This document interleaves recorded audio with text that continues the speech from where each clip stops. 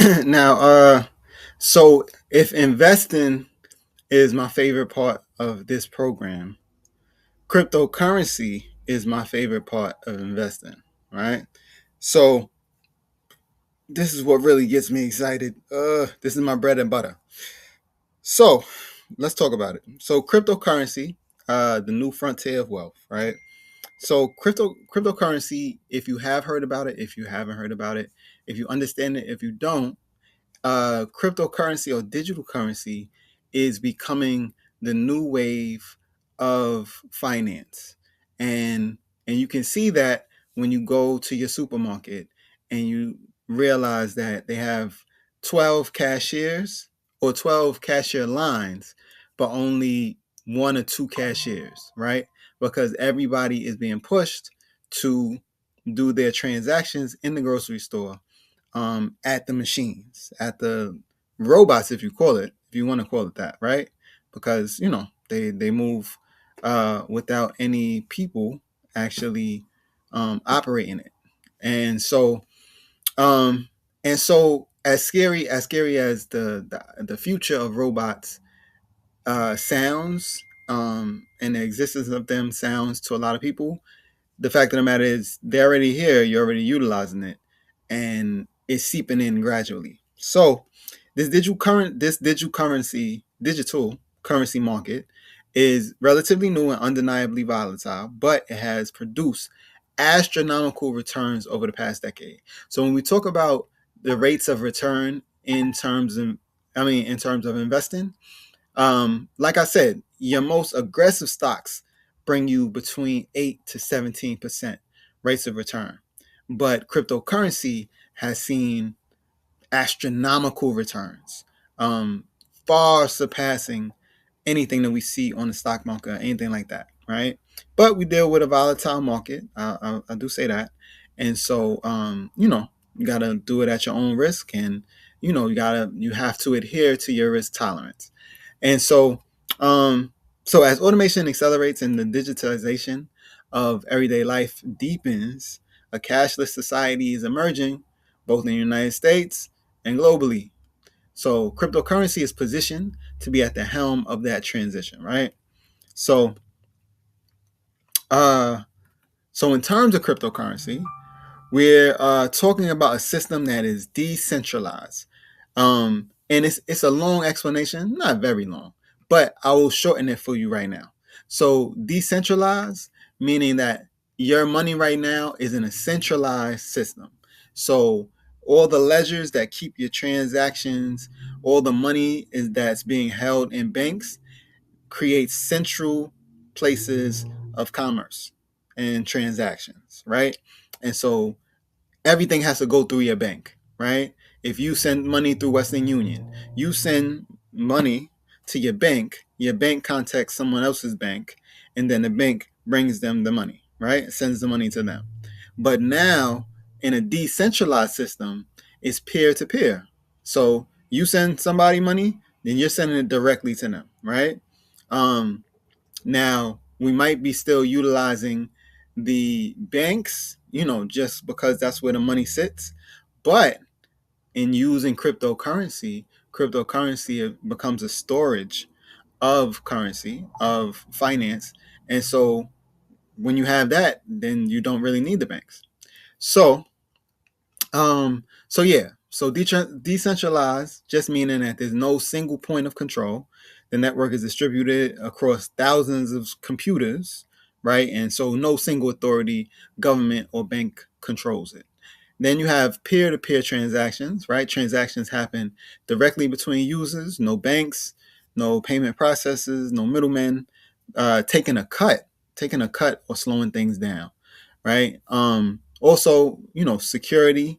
The security comes from the fact that these transactions are done pretty much publicly, but encrypted, right? So you can't actually see the transaction. You just see that a transaction happened, and those transactions are validated by a series of computers or a series of people. And so, like I said, essentially outside of the bank and the banking system, right? And that's very important to understand. So, Um, the biggest cryptocurrency that we have, we call them coins. You call them the different companies or stocks, as you would say. They're called coins, right? And so, um, the largest coin in the cryptocurrency market is what we call Bitcoin, right? Bitcoin is the first, it's the first and the largest and most widely recognized in the cryptocurrency space. It's been around since 2008, and it was designed to allow online payments to be sent directly from one party to another without going through any kind of financial institution. And so it's global. Bitcoin is global, utilized globally, um, and the rates of return on Bitcoin are astronomical. Right? It started at 5 cents, right, in its inception, and now it's over $70,000 in value and rising. Um, and it's projected to go upwards of 250,000 in value, and even higher than that. This is a very young market. It's a very young market in relation to all the other markets that exist, and so it's only going to continue to get bigger and to grow larger. So after Bitcoin, we have another coin called Ethereum, right? Ethereum is the smart contract platform. Um, and pretty much, Ethereum acts as, if you know Wix.com, Wix.com gives you templates that you can utilize to create your own website.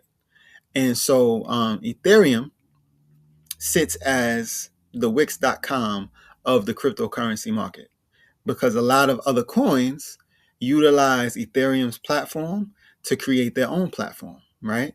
And so the thing about it, if you are into computers, if you are into technology, anybody can create anybody can create a cryptocurrency, right? Um, but the value of it sits and lies in its usage, right? What's it being used for? How many people is it being utilized by? So you could sit in your basement and create a coin. If nobody's utilizing it, then it's worthless, right? So Ethereum is the second largest coin, right? And it's projected right now. Last seen, it was over $2,000 in value, um, but it's projected to go upwards of $100,000 and more in the coming future. So those are the first two main cryptocurrencies that are dealt with, that have the largest value, but that are known within this crypto space, right? After Ethereum, we have XRP for a company called Ripple. It's a coin that represents the company called Ripple, and a lot of people call this the future of banking, right? Because XRP it has a platform that allows transactions to be made faster than they ever have been in the past, right? And so right now, if I'm sending $1 million to China just through my regular bank, that might take a week to clear and get through. And now, if somebody else has a Ripple coin in China and I have a Ripple coin, then that transaction can go through in minutes, and that's incredible. And it also speeds up um, how fast global transactions can happen. And for businesses, that's very important. And, as business goes, is kind of how the world goes. And so this is going to be a platform and something that businesses use to continue to evolve. And so to be involved with this cryptocurrency is very important, because it's only going to amplify with time. Um, and so after XRP, we also have other coins like Cardano, Solana, and then we have meme coins. So Cardano and Solana are other platforms similar to Ethereum that people can utilize to build their own platforms on. But they help, they take care of different problems. Every coin within the market takes care of a different problem. And so both of these predicated specifically on speeding up the or accelerating the speed of transactions, of financial transactions across the crypto market, but then across all transactions. And so these two are very important as well. They have some of the highest market caps in the entire market. And after that, we have what you call meme coins, right? I don't know if you've seen it. There was a lot, not controversy, but Elon Musk uh, was dealing with Dogecoin, um, and right now we have a meme coin called Shiba Inu, right? And Shiba Inu really just started as like a joke, right? And so it kind of shows you how value is perceived in the world. Something that starts as a joke, if enough people rally behind it, then the value of that coin, the value of that anything, is going to accelerate um, and grow. And so meme coins is definitely something that we deal with as well. Um, Now, ways to purchase cryptocurrency, right? You can buy it. You can buy it on a myriad of different websites, but the three that I utilize, um, so we have Coinbase. That's like the original base for purchasing cryptocurrency. And so Coinbase is like the most popular and beginner friendly US based exchange. Then we have crypto.com, just like where the Lakers play, right? It's a full feature platform with its own CRO token rewards, right? So they give a lot of money back. And they really encourage people to buy cryptocurrency through them. Another platform that we have is Binance. That's the largest exchange by volume globally. So Coinbase is in the US, but the US is a small population of the world. And the rest of the world typically uses Binance um, to hold and house their cryptocurrency. So these exchanges are called software wallets, right? Because they rely the storage of your coins are online, right? So you go online to be able to make different transactions, right? But online, the internet is a wild world, right? And people get hacked all the time, and so things are safe, but with the amount of protection that they are continuing to build, it kind of shows you that it's needed because anything can be stolen and taken if it's online, right? And so that's a software wallet if it's housed online. But if you take it offline and house it in your own device, that's called a hardware wallet, right? And typically they look like it's a small little contraption. It looks like a USB. And these will be called cold storage um, wallets or instruments. So these provide the maximum security because now the coins that you have, you can take them offline and house them in something physical that only you have access to, unless you lose it. So don't lose it.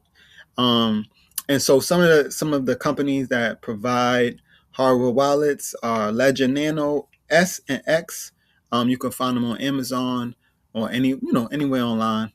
But it's definitely recommended to house your cryptocurrency on hardware wallets, just so you'll be free from some of the scammers or some of the people looking to take your cryptocurrency away from you. Um, Now, in dealing with cryptocurrency, like I said before, everything is really about the rate of return, right? And so there's a rule. There's a rule in banking called the Rule of 72, the banker's secret, right? And so it really says that 72 divided by the amount of your rate of return lets you know how long it'll take your money to double. So if I divide 72 by 0.005, like I get in a regular savings account, that's telling me that my money will not double in my lifetime unless I live to like 400. You know what I'm saying? I don't know, I'm sure somebody doing that, but I don't know too many people that do that. So, and then at 8% return, like you get from stocks, like a good balanced fund, 8% return. An 8% return will bring will allow your money to double within 9 years, right? So, depending on how much time you have, that is incredible, right? For your money to double within 9 years. But right now, stocks like a Bitcoin, the growth percentage on Bitcoin over the year is over 100%, over 100%, right? So that means that your money is going to double within the year. And then we also have a lot of coins that have, seen 1,000% returns since their inception, right? And so the main idea is that uh, the growth of your money and the speed of the growth of your money is very important. And it's something that a lot of people look to, right? And kind of focus on. And so just to understand, all this is to understand that cryptocurrency is another avenue to investing.